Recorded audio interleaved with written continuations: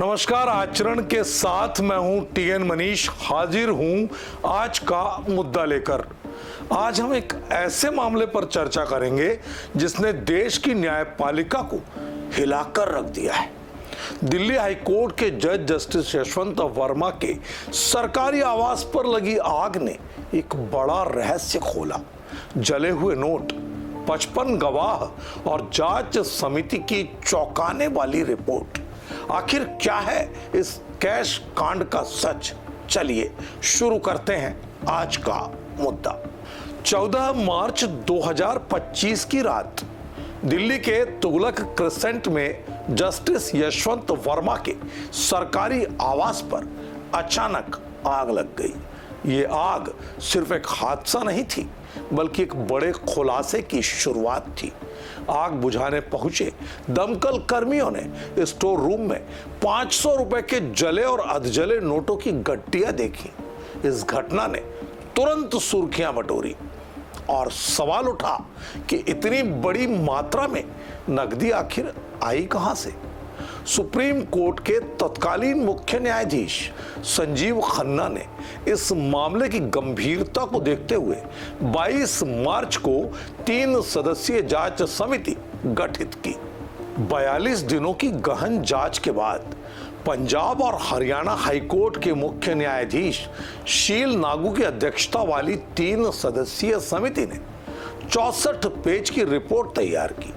ये रिपोर्ट 4 मई 2025 को तत्कालीन मुख्य न्यायाधीश संजीव खन्ना को सौंप दी गई और बाद में राष्ट्रपति और प्रधानमंत्री को भेजी गई। रिपोर्ट में 55 गवाहों के बयान दर्ज हैं, जिनमें दिल्ली फायर सर्विस के 6 और दिल्ली पुलिस के 4 कर्मी शामिल हैं। समिति ने 5 बड़े संदेह उठाए।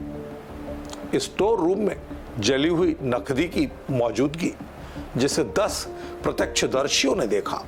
जस्टिस वर्मा का इस नकदी के स्रोत पर कोई संतोषजनक जवाब न देना, उनके निजी सचिव राजिंदर सिंह कार्की द्वारा दमकल कर्मियों को नकदी का जिक्र न करने की हिदायत देना, 15 मार्च की सुबह जली हुई नकदी को संदिग्ध रूप से हटाना, जस्टिस वर्मा का घटनास्थल का दौरा न करना और सीसीटीवी कैमरों का काम न करना।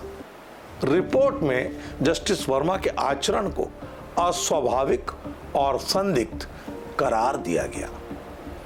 जस्टिस यशवंत वर्मा ने इन आरोपों को साजिश करार दिया है। उनका कहना है कि वे 14 मार्च को भोपाल में थे और 15 मार्च की शाम को दिल्ली लौटे।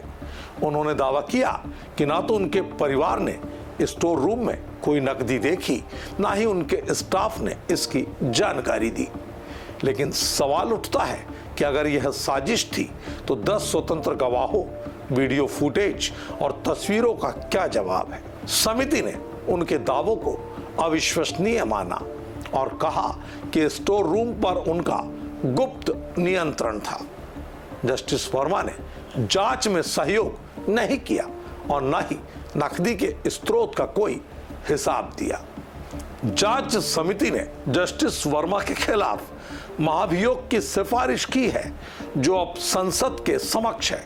ये सिफारिश इसलिए अहम है क्योंकि ये न्यायपालिका की पारदर्शिता और जवाबदेही का सवाल उठाती है। समिति ने कहा कि एक जज की ईमानदारी को सामान्य नागरिक से कहीं ऊंचे मापदंड पर परखा जाता है। इस मामले ने जनता के बीच न्यायपालिका की छवि पर सवाल खड़े किए हैं। क्या ये मामला न्यायिक सुधारों की जरूरत को रेखांकित करता है या ये एक व्यक्ति की गलती है जिसे सजा मिलनी चाहिए? ये सवाल अब संसद और देश की जनता के सामने है। जस्टिस यशवंत वर्मा का यह मामला सिर्फ एक जज की कहानी नहीं, बल्कि न्यायिक व्यवस्था की विश्वसनीयता का बड़ा सवाल है।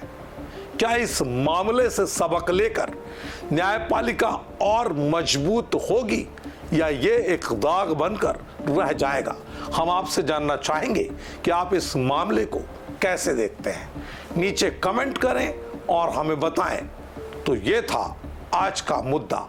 आप देखते रहिए आचरण न्यूज और बने रहिए हमेशा सच के साथ। नमस्कार। देश दुनिया की सभी खबरें देखने के लिए जुड़े रहिए आचरण न्यूज से। आचरण न्यूज, हर कदम आपके साथ।